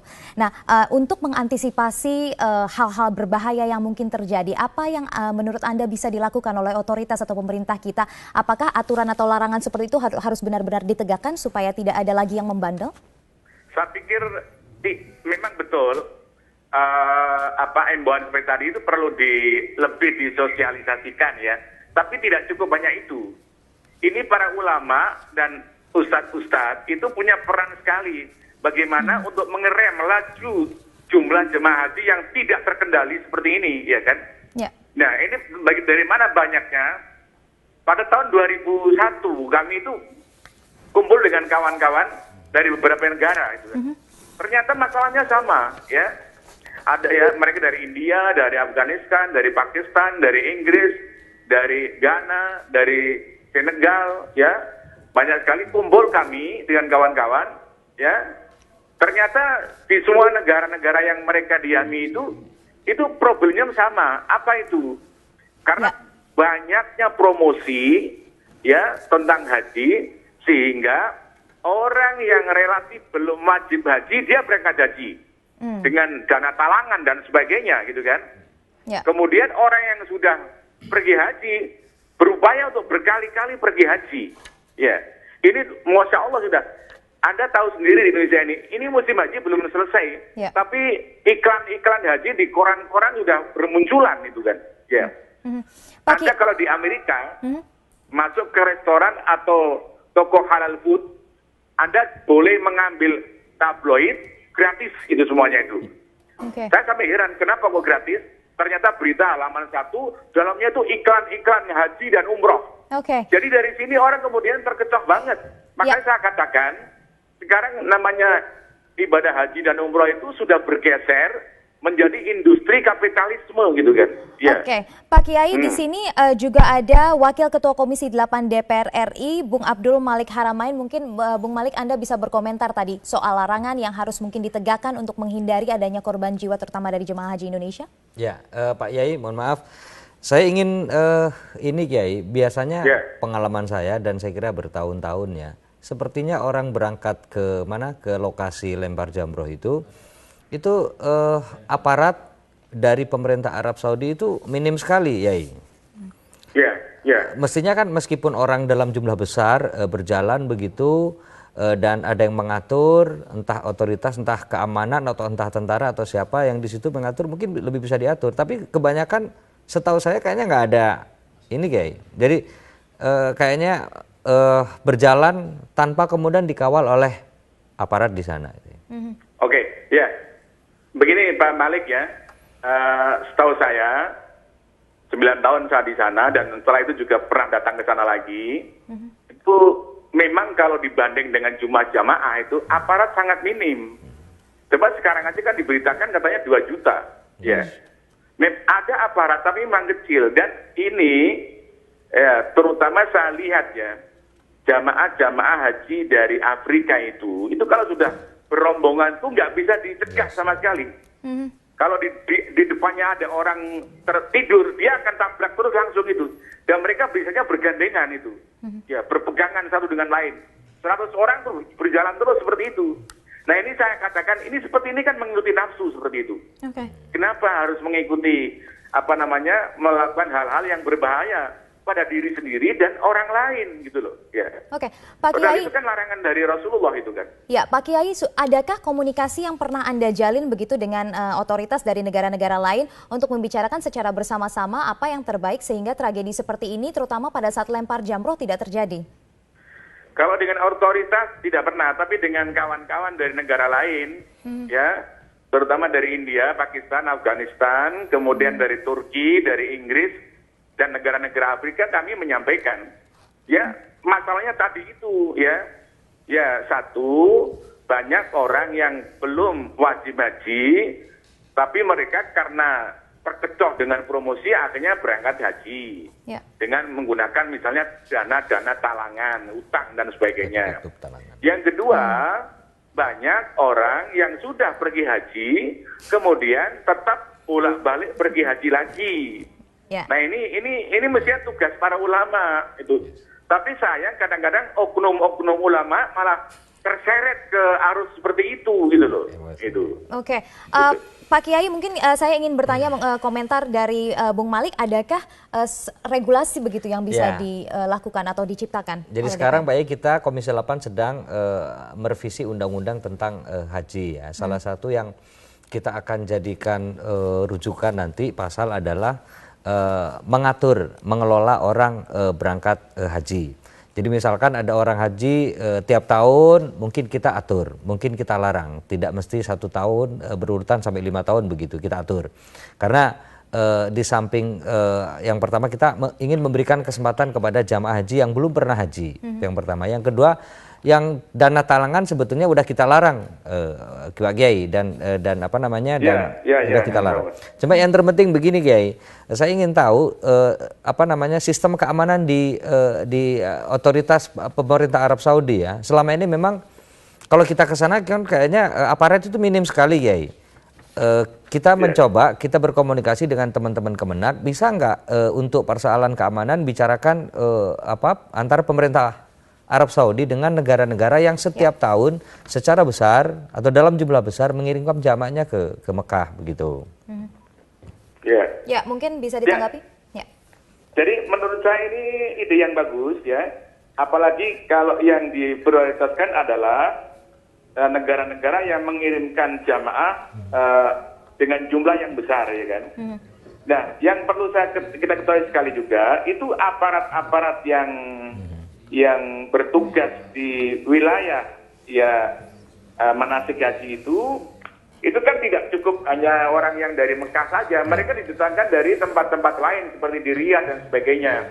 Nah itu salah satu kendalanya, mereka yang dari Riyadh kadang-kadang kan tidak terlalu persis tahu lapangan, itu salah satu kendalanya begitu ya kan. Sebab kalau mengandalkan aparat dari Mekah saja kan sedikit sekali dari Mekah itu kan. Oke. Nah itu saya garis bawahi Pak Malik, ini ide yang bagus ya. Cuma yang perlu diperhatikan, pernah seperti ini disalahgunakan gitu loh oleh negara tertentu, sehingga mereka memang tidak mengirimkan aparat keamanan. Mereka mengirimkan semacam pramukanya gitu kan. Tapi kemudian justru mereka itu dalam rangka untuk menjaga warganya untuk berbuat demonstrasi seluasa mungkin. Ini perlu jadi pertimbangan seperti itu. Tapi saya kira Indonesia mungkin bisa bernego dengan pemerintah Saudi Arabia untuk dapat mengirimkan aparatnya dalam musim haji seperti itu gitu loh. Oke, mungkin itu bisa menjadi masukan yang baik. Terima kasih Imam Besar Masjid Istiqlal Kiai Haji Ali Mustafa Yaakob sudah bergabung bersama kami di Breaking News Metro TV. Kita nanti akan bahas mengenai berbagai masukan mungkin untuk berkomunikasi. Adakah push atau dorongan yang akan dilakukan oleh pemerintah yang akan diberikan advis oleh DPR tentunya. Tapi kita akan bahas setelah jeda berikut ini. Pemirsa tetaplah bersama kami. Breaking News akan segera kembali.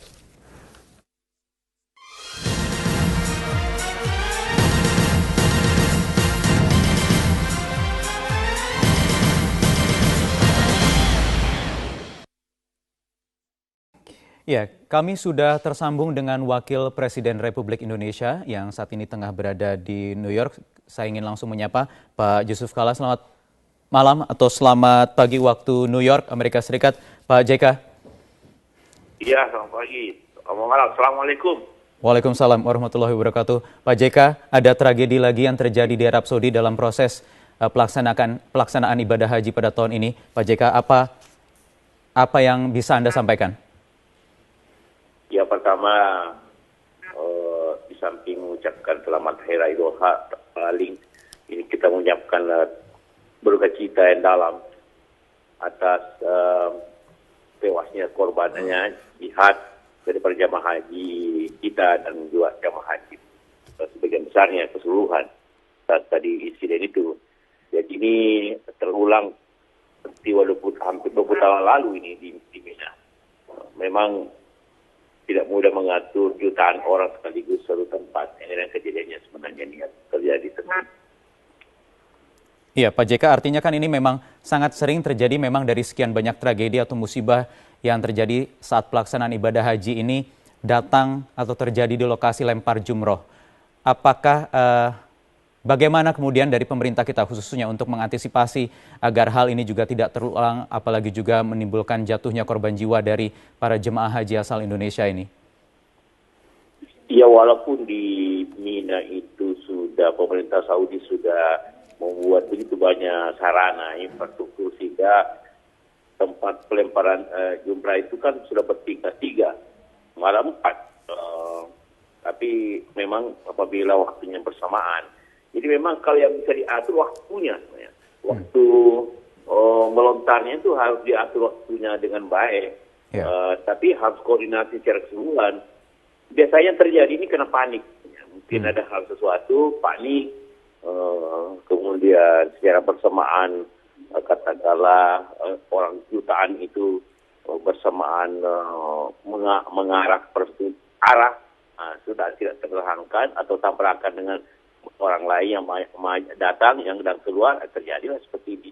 Jadi memang dibutuhkan petunjuk infrastrukturnya, kehati-hatian dan petunjuk daripada pemerintah sendiri, petugas haji supaya waktunya dapat diatur dengan baik. Gitu.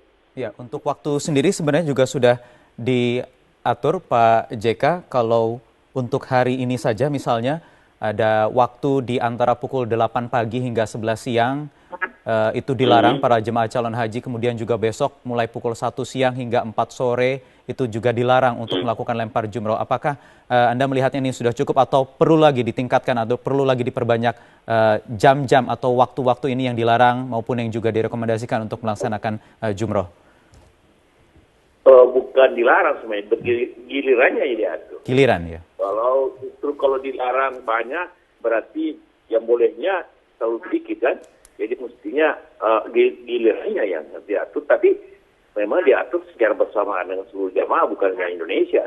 Jadi pengaturan itu. Tapi ini selalu biasanya panik. Ada sesuatu kejadian, mungkin tertahan, ada orang jatuh, kemudian panik.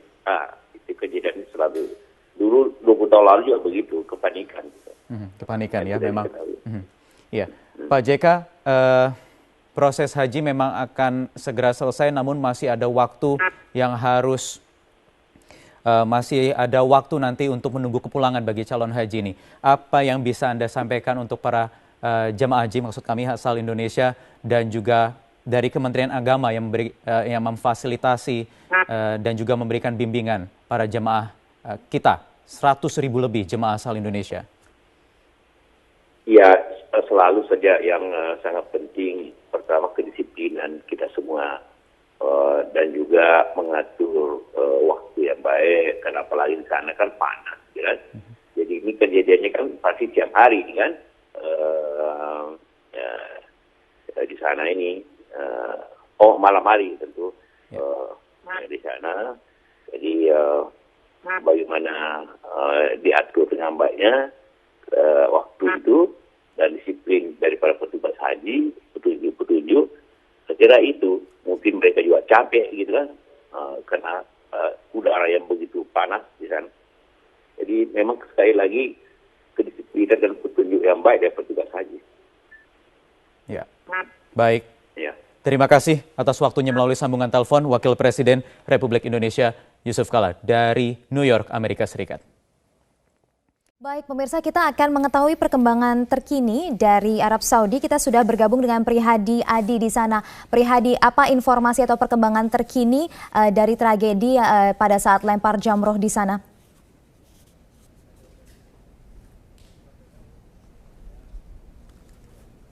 Prihadi. Ya, Prihadi. Ya, memang pukul 7.30. Ya, Vina, memang pukul 7.30 berdasarkan informasi dari jumpa pers yang dilaksanakan daerah kerja Mekah telah terjadi peristiwa Mina, yaitu terjadinya sejumlah jemaah haji meninggal dunia pada saat akan melempar jumroh Aqobah pada hari ini. Namun bisa dipastikan, Vina, jika ratusan jemaah haji yang meninggal seperti yang telah beredar di media lokal, media online, dan beberapa surat kabar di Arab Saudi, hanya satu untuk saat ini jemaah haji Indonesia yang dilaporkan meninggal dunia pada peristiwa tersebut. Namun identifikasi dan identitas korban tersebut masih dalam tahap identifikasi di Rumah Sakit Mina Al-Jisr. Menteri Agama Lukman Hakim Saifuddin saat ini berada di rumah sakit untuk menelusuri kebenaran dan mencari jemaah haji Indonesia yang mungkin saja menjadi salah satu korban luka di peristiwa Mina pada pagi waktu Arab Saudi tadi, Vina. Sementara itu, Vina, yang bisa kami informasikan adalah peristiwa 7.30 waktu Arab Saudi atau peristiwa pada tanggal 10 Zulhijjah hari ini berada di lokasi Jalan Arab 204. Jalan Arab 204 ini merupakan bukan jalur yang biasa digunakan jemaah haji Indonesia untuk melempar jumroh. Sementara memang dijadwalkan hari ini pukul 8 hingga pukul 10 waktu Arab Saudi, pemerintah Indonesia melarang jemaah haji Indonesia untuk melakukan lempar jumroh Aqobah pada hari ini, namun dijadwalkan pada sore hari, mengingat berpotensi begitu banyaknya jemaah haji dunia yang melakukan lontar jumroh Aqobah pada hari ini, maka demikian disarankan agar jemaah haji tidak melempar jumroh pada pukul 8 hingga pukul 10 waktu Arab Saudi. Sementara itu bisa juga saya informasikan bahwa jalur 204 ini jauh atau berjarak sekitar 500 meter dari pemondokan jemaah haji Indonesia. Walaupun pemondokan jemaah haji Indonesia berada di Mina, tapi bisa dipastikan lagi-lagi jalur ini tidak digunakan oleh jemaah haji Indonesia untuk melempar jumroh. Dan lagi pula, Vina, lokasi insiden dorong-dorongan yang mengakibatkan ratusan jemaah haji dunia ini meninggal dunia berada sekitar 1 sampai 1,5 kilometer dari lokasi lempar jumroh, Vina. Prihadi, apakah kemudian dengan insiden yang ada ini berpengaruh terhadap jadwal lontar jamroh untuk jemaah Indonesia yang rencananya akan berlangsung pada sore hari waktu Arab Saudi?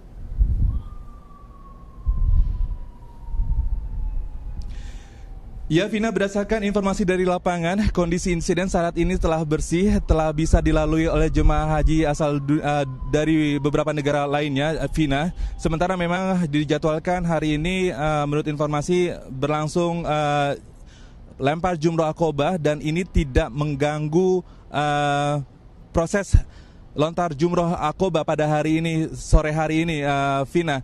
Dan besok baru akan dilakukan juga lempar jumroh mulai pagi. Kalau besok mulai pagi, tapi hari ini disarankan untuk tidak dilakukan pada pagi hari ini karena begitu banyak lalu lintas jemaah haji dari seluruh dunia yang semalam bermalam di Musdalifah, kemudian bergerak ke Mina dan lanjut ke Masjidil Haram. Jadi memang pemerintah benar-benar menyarankan untuk tidak melakukan lempar jumroh pada pagi hari bagi jemaah haji Indonesia, Vina. Baik, Adi, untuk besok larangan atau himbauannya adalah pada pukul 1 hingga 4 sore ini yang dihimbau untuk jemaah Indonesia tidak melempar jumroh, begitu. Apakah ada kemudian himbauan yang lebih ketat dari pemerintah mengingat tragedi yang terjadi pada hari ini?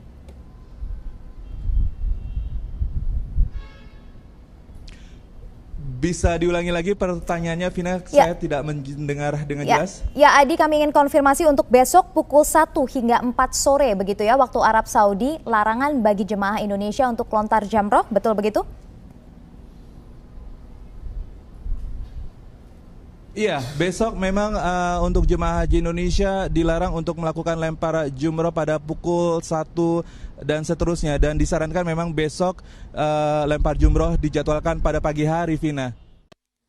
Pemirsa, sebelum jeda tadi kami sempat berbincang melalui sambungan telepon dengan Imam Besar Masjid Istiqlal Kiai Haji Ali Mustafa Yakub mengenai apa yang sebenarnya bisa dilakukan atau ditingkatkan, terutama soal pengamanan.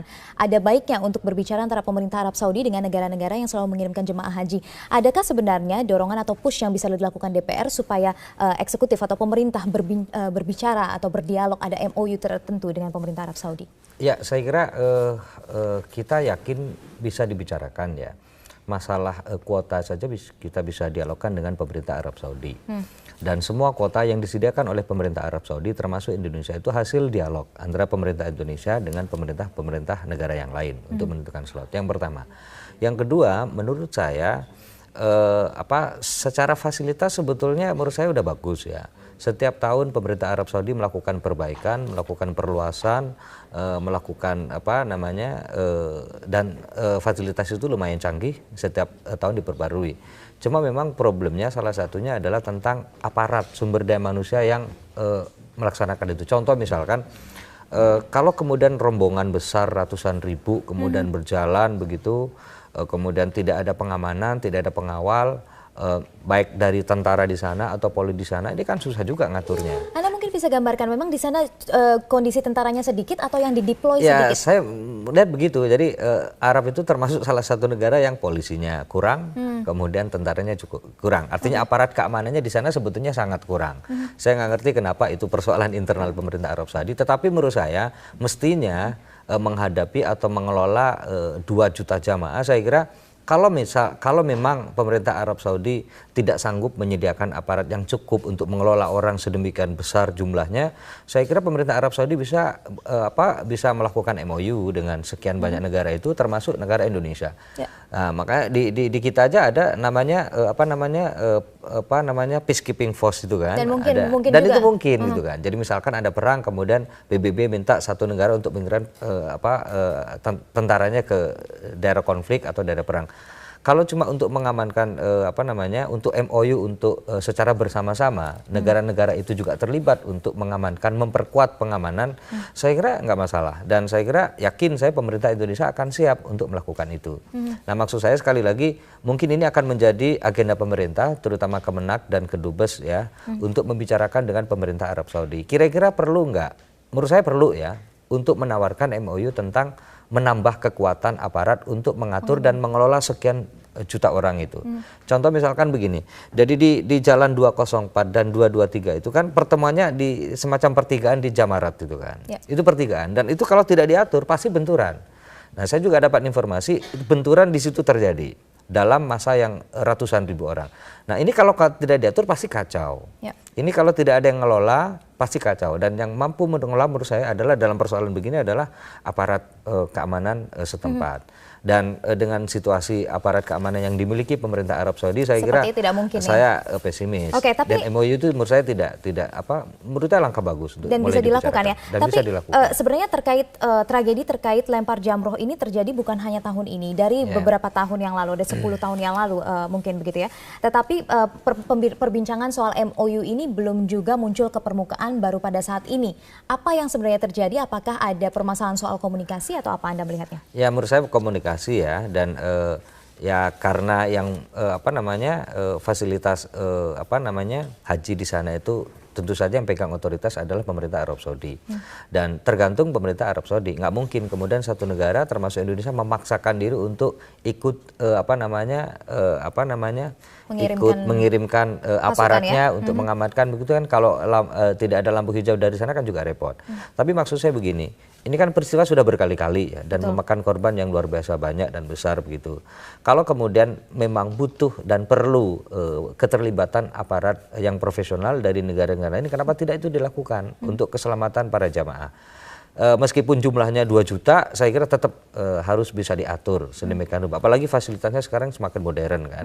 Saya kira mungkin salah satu di samping persoalan kedisiplinan jamaah, saya kira persoalan lain adalah butuh kekuatan aparat itu mungkin ya untuk mengatur sekian banyak orang itu. Oke. Dari DPR sendiri kalau kita tadi juga mengidentifikasi salah satu masalahnya adalah mengenai pemahaman jemaah haji Indonesia juga soal misalnya waktu lempar jamroh yang afdol. Adakah sebenarnya yang bisa dilakukan oleh DPR untuk mengedukasi masyarakat juga calon jemaah haji begitu? Ya, saya kira tadi sudah disampaikan oleh Kiai. Jadi biasanya yang paling kita tekankan itu adalah ketua rombongan. Dan kita minta kepada masing-masing rombongan agar ketua rombongan itu adalah orang senior, ya, orang yang memang diikuti dan didengarkan oleh jamaahnya. Yang ketiga biasanya kita ambil ketua rombongan adalah orang yang tahu tentang medan di Arab, ya, di Mekah, di Madinah dan sebagainya, kemudian di Mina dan sebagainya. Itu adalah orang yang mengerti tentang itu. Kita selalu juga selalu minta kepada jamaah agar selalu ikut dan mematuhi apa yang kira-kira komandannya lah, ketua rombongan itu. Nah, karena itu sebetulnya kalau persoalan disiplin, jamaah haji Indonesia jauh lebih disiplin ketimbang jamaah lain, yang lainnya. Bahkan terkesan jamaah yang lain itu karpe dewe kadang-kadang susah diatur tuh. Tapi memang jamaah haji Indonesia relatif bisa diatur. Tetapi sekali lagi tidak cukup untuk disiplin. Tetap perlu kekuatan lain dalam kurung aparat itu untuk sekali lagi mengelola sekian juta orang itu. Kalau tidak ada itu saya pesimis karena jadi maka itu kan jalannya sudah banyak. Tapi coba bayangkan kita lihat tadi satu jalan itu penuh dengan orang. Dan saya nggak ngerti di depan rombongan itu ada aparat nggak? Kita juga nggak tahu. Tapi kalau menurut kejadian sampai ada tabrakan di pertigaan Jamarot antara rombongan yang berangkat dari jalan 204 dengan 223 kemudian bertemu di satu titik dan tabrakan, itu kan berarti nggak ada yang ngatur. Dan di situ problem, saya kira pemerintah Arab harus memperkuat aparatnya untuk sekali lagi mengatur itu. Dan pembicaraan antara pemerintah-pemerintah bagi negara-negara yang mengirimkan jemaah dengan otoritas Arab Saudi tentunya diupayakan agar segera bisa dilakukan. Ya, dan saya kira negara-negara akan bersedia untuk melakukan itu. Oke, Anda menyebut tadi mengenai pentingnya peran dari ketua rombongan yang senior sehingga didengar, dipatuhi. Apakah pengalaman yang selama ini, apakah dengan itu menjadi solusi sehingga jemaah lain tidak ada yang membandel begitu? Ya, yang pertama tetap saja antar jamaah itu kan harus kita doktrin.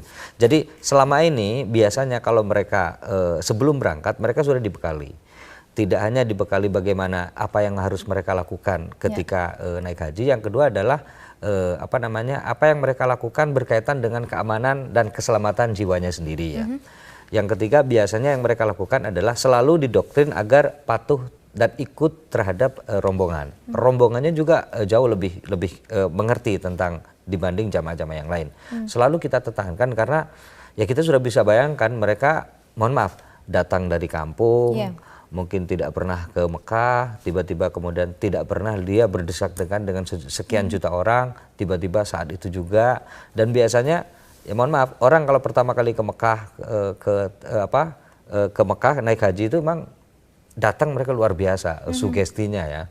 Dan karena itu kadang-kadang saya berpikir kalau orang kemudian mengejar afdol, mengejar keutamaan ibadah memang kadang-kadang kita nggak bisa mengendalikan sepenuhnya. Nggak bisa mengendalikan. Tetapi sejak awal sudah kita ingetin, bahwa jangan sampai pernah keluar dari rombongan. Itu selalu. Tidak hanya kegiatan resmi dan formal itu, tetapi dalam misalkan mereka beli makan, kemudian mereka di saat santai kemana beli ke tuku dan sebagainya itu selalu dijaga. Gitu.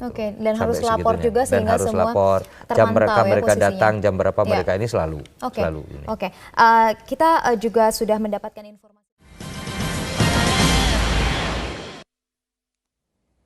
Baik pemirsa, kita lanjutkan kembali Breaking News Metro TV. Bung Malik, kita tahu bahwa ada tambahan kuota 10.000 untuk tahun depan, artinya 178.000, semakin banyak lagi jemaah haji Indonesia yang akan ke Arab Saudi untuk melaksanakan ibadah haji. Apa yang bisa dilakukan atau power apa yang dimiliki pemerintah Indonesia untuk juga menghimbau pemerintah Arab Saudi untuk bekerja sama meningkatkan pengamanan di sana? Ya sebetulnya kuota secara internasional kan sebetulnya berkurang. Indonesia itu kan kuota normalnya 211.000 ya. Besok ditambah 10.000 jadi 178. Sebetulnya di bawah kuota normal. Tapi tetap saja itu tidak mengurangi sesaknya manusia di sana. Karena itu menurut saya pertama yang harus dilakukan oleh otoritas penyelenggara haji di Indonesia, saya kira memberikan pengertian, pemahaman terutama terhadap anggota. terhadap anggota jamaah haji. Yang pertama, kenapa ini penting? Karena banyak jamaah haji itu yang pertama kali first time datang ke Arab itu yang pertama. Mereka tidak tahu Arab itu seperti apa, Mekah itu seperti apa, Mina seperti apa. Saya kira mereka harus diberi pengetahuan sebelum mereka nyampe ke sana, lokasi, kemudian situasinya seperti apa. Terus yang penting juga adalah suhu udara ya. Karena di sana kadang ekstrim ya cuacanya, dan saya kira perbekalan itu juga harus dibawa. Yang kedua saya kira yang terpenting juga disiplin. Sekali lagi ini penting disiplin, karena jangan sampai kemudian karena maksa ingin afdol, tapi kemudian jaminannya adalah keselamatan. Tapi pembekalan ini sebenarnya sudah ada sebelum sudah mereka ada berangkat. Sebetulnya, cuma kan kadang-kadang jamaah kalau sudah nyampe ke Mekah, yang ada dalam benak mereka itu adalah beribadah seafdol-afdolnya. Yang ada begitu, dan selama-lamanya kadang-kadang begitu ya. Dan saya kira untuk tempat-tempat khusus kayak di Mekah, kayak di Madinah, atau tempat-tempat yang tidak berbahaya itu mungkin nggak masalah ya. Tetapi kalau rute-rute seperti Mina, seperti Muzdalifah, kemudian seperti Jamarot itu luar biasa berisiko memang. Situasinya juga begitu. Nah, yang keempat menurut saya adalah itu tadi. Saya kira pemerintah Indonesia perlu sekarang mencoba untuk meminta dan melobi pemerintah Arab Saudi untuk perlu membicarakan secara khusus tentang kekuatan pengamanan di Arab Saudi. Soal MOU misalnya begitu. Bisa saja misalkan pemerintah Indonesia menawarkan MOU kepada pemerintah Arab Saudi, dan mungkin juga bisa saja negara-negara yang selama ini mengirimkan jamaah secara rutin dalam bentuk besar bisa saja menawarkan MOU sekali lagi untuk pengamanan itu. Karena saya yakin dan pasti bahwa jumlah aparat yang ada di Arab Saudi itu tidak sebanyak di negara-negara lain. Ini penting. Ya, informasi terkini yang kami dapat juga bahwa pemerintah Iran sudah secara resmi begitu menyatakan bahwa ini pemerintah Arab Saudi yang bersalah, artinya pengamanan yang minim. Apakah pemerintah Indonesia juga mungkin akan mengeluarkan statement yang cukup bold atau cukup juga tegas begitu mengenai apa yang sudah terjadi? Anda melihatnya seperti apa? Ya, saya kira pemerintah Indonesia juga harus urun rembuk ya. Mungkin menyampaikan kajian meskipun tidak terbuka dan tidak di media mungkin ya, tetapi ini penting harus disampaikan kepada pemerintah Arab Saudi. Karena jangan sampai kemudian negara-negara lain kadung sebel, kadung kesel kepada pemerintah Arab Saudi, kemudian mogok berangkat haji dan sebagainya. Itu sesuatu yang nggak mungkin kita sampaikan ke mereka. Tetapi saya kira perlu menyampaikan. Jadi masing-masing negara sekarang saatnya untuk investigasi. Jadi investasi itu tidak hanya segera dilakukan oleh pemerintah Arab Saudi, tetapi juga dilakukan oleh negara lain terutama yang korbannya banyak. Kalau perlu pemerintah Arab Saudi melakukan investigasi secara kolektif dengan negara-negara lain. Ini yang juga sering kali kemudian ditolak oleh pemerintah Arab Saudi. Contoh misalkan peristiwa Krin kemarin. Awalnya pemerintah Arab Saudi mengatakan ini bencana, tapi akhirnya kemudian mengakui bahwa ini lalai gitu. Dan kalau dari kasat mata kita juga melihat, masa kemudian ada Krin dalam aktivitas jamaah tetap berdiri seperti itu, dan orang kalau sambil berdoa lihat Krin begitu kan juga ngeri. Karena itu saya kira saatnya pemerintah Arab Saudi untuk lebih terbuka, terutama terhadap negara-negara. Terbuka itu maksud saya adalah dianalisis secara bersama, investigasi secara bersama-sama untuk menemukan solusinya. Investigasi bersama, negara-negara lain juga perlu berpartisipasi ya. Ya pemirsa, kami perbarui kembali informasi yang kami peroleh dari otoritas Arab Saudi yang dirilis oleh TV pemerintah Arab Saudi Al-Ikhbariyah, bahwa korban tewas mencapai 717, sementara luka mencapai 805.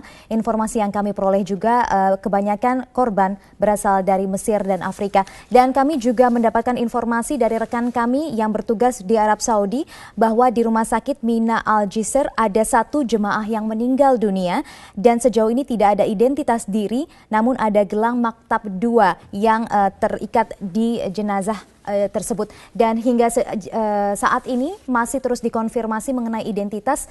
Sudah ada Menteri Agama di sana yang berupaya untuk mendapatkan informasi. Kita kembali berbincang dengan Bung Malik. Bung Malik, kita lihat ini perkembangan korban tewas dan luka begitu cepatnya. Setengah jam yang lalu baru sekitar 450 sekian, sekarang 717. Ini artinya pengamanan yang minim, kemudian juga memang kondisi cuaca di sana yang memang sangat berubah-ubah. Kita lihat tadi informasi sebelumnya, Anda melihat apa yang terjadi? Ya, yang pertama memang cuaca ya. Tentu saja banyak negara yang cuacanya nggak sama. Sementara di Arab itu cenderung ekstrim, panas-panas sekali, dingin-dingin sekali gitu kan.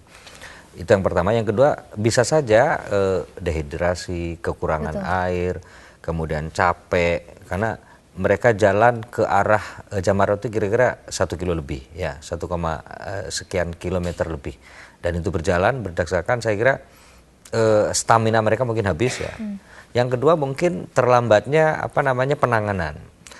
Saya kira terlambatnya penanganan ini lagi-lagi juga mungkin pemerintah Arab Saudi yang punya otoritas, yang mungkin punya kekuatan dan kekuasaan untuk sejauh mana efektivitas penanganan pertama terhadap terhadap korban itu.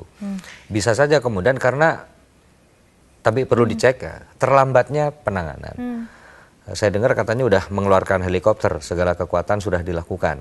Tapi banyaknya korban yang begitu, banyaknya orang yang berkumpul ratusan ribu mungkin jadi kendala juga untuk mengamankan. Mungkin yang makin cepatnya bertambah yang meninggal, saya kira karena terlambatnya itu penanganan dari lokasi kecelakaan, lokasi bencana ke rumah sakit setempat. Dan kita lihat juga tadi di visual atau di video ada yang naik-naik ke atas mobil begitu, itu karena memang tidak ada pengamanan atau pengaturan sama sekali? Ya, itu sebetulnya dari tahun ke tahun begitu. Dan yang saya tahu itu bukan jamaah Indonesia. Kita yakin itu nggak ada jamaah Indonesia yang begitu. Jamaah negara lain terutama, mohon maaf, Afrika begitu tuh ya, beberapa negara Asia, terus beberapa dan ini kan sebetulnya kalau itu ditegur dan aparat pemerintah Arab Saudi kuat dan mengawal, kan seperti itu mestinya nggak terjadi. Baik. Dan sepertinya kan ada pembiaran. Mereka dengan santai, mereka dengan terbiasa naik di atas kap mobil gitu, nggak ada teguran, nggak ada apa-apa. Dan itu setiap tahun terjadi dan selalu ada. Artinya yang bisa kita garis bawahi adalah bahwa pengamanan, pengaturan di sana aparat yang minim, artinya harus ada komunikasi antara pemerintah Arab Saudi dan negara-negara yang mengirimkan jemaah haji setiap tahun ke sana untuk berkomunikasi dan membicarakan apa yang bisa dipelajari dan ditingkatkan untuk pelaksanaan ibadah haji berikutnya. Terima kasih Bung Abdul Malik Haramain, Wakil Ketua Komisi 8 DPR RI, sudah bergabung bersama Breaking News Metro TV. Terima kasih. Dan pemirsa, demikian Breaking News Metro TV. Terima kasih atas kebersamaan Anda. Saya Kartika Oktaviana undur diri. Sampai jumpa.